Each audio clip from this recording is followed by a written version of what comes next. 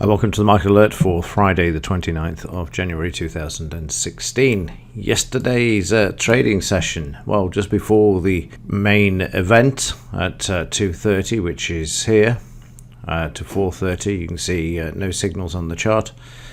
And we'll come back to that in just a moment, but we see the market all of a sudden just take off and nearly 200-point rise before it ran out of steam, and the market reversing and moving back down. There are no signals here because the range of these bars and the volatility in the market extends beyond the 8 minimum to the 25 maximum there.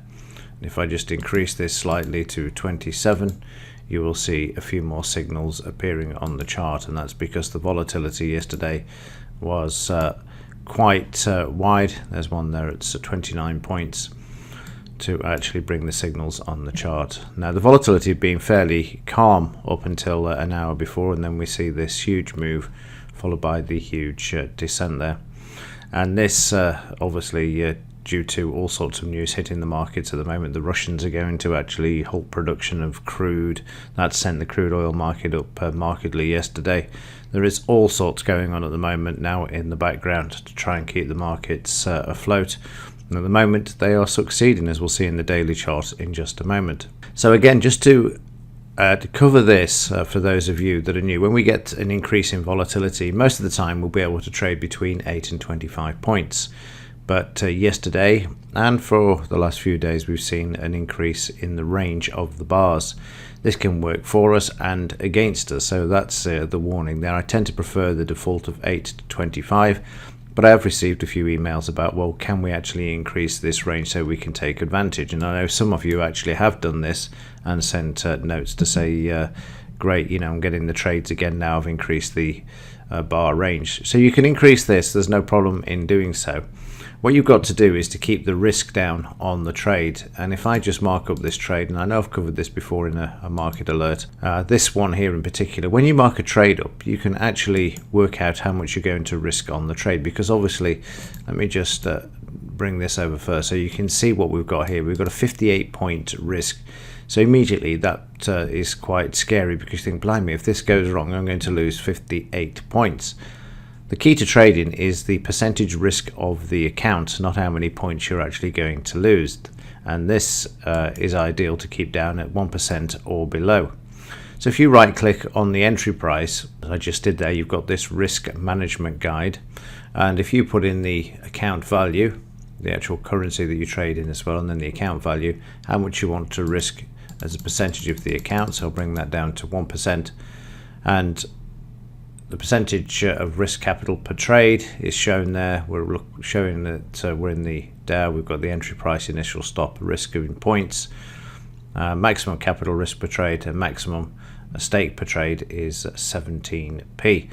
The proposed stake there, which is you can override all of this, but if I bring this down to, as you'll see there, 10p per point, you can see that it's £5.80 risk on this trade, even though the range is a lot greater and there's 58 points at stake there. So you can use the management guide to actually put in the variables you want in order to allow you to take advantage of the greater volatility that we're seeing in the markets at the moment. It's an individual choice.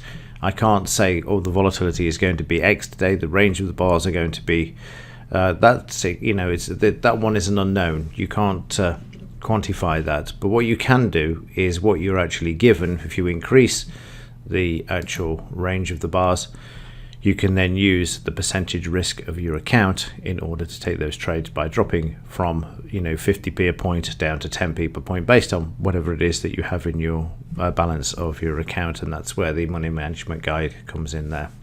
So hopefully that will give you a few other options there that you can actually take advantage of this increased volatility that we have in the market at the moment.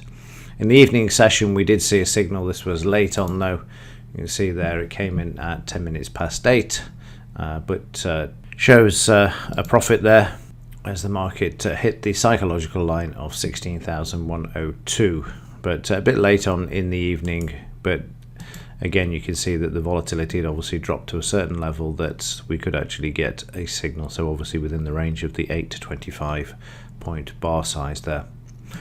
So let's have a look at the daily chart. You can see the market breaking out on the overnight market as well. Let me just switch back and drag the chart over so you can see what's happening. You see we had a big spike there, and then the market sold off again. Obviously some sort of news that came out on the overnight market, but since the market's found its support at again the 16,100 and moved up 100 points already. A lot of volatility around in the market there as well, even on the overnight, but at least the range of the bars are nice and narrow, and that's what we want back in the main trading session there.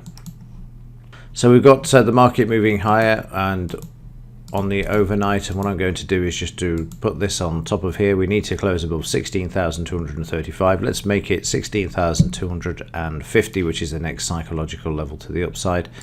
Let's drop out these lines at the moment because the market's moving back to the upside on all sorts of rumours and speculation. It's certainly not based upon fundamentals, that's for sure. So again, watch the market taking out the 16,235, and also the next upside target is going to be 276. And if we have a blinding day, then we've got 16,418. Where the market could also move as well.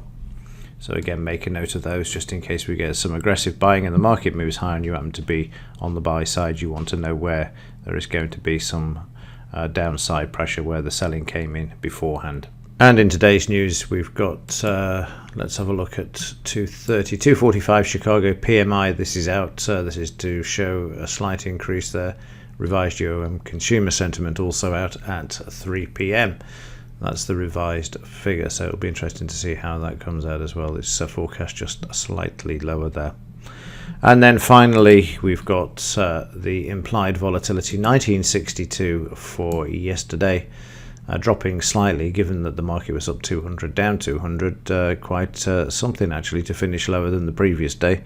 But it did, and that's good news as well, because the pullback in implied volatility can only be good for the market when we get the next move to the downside and retest those August 24 lows there. Right, that's it for today and also for the week. So unless anything dramatic happens during today's trading session, I will see you in Monday's Market Alert. Have a great weekend, and as ever, thank you for your support, very much appreciated.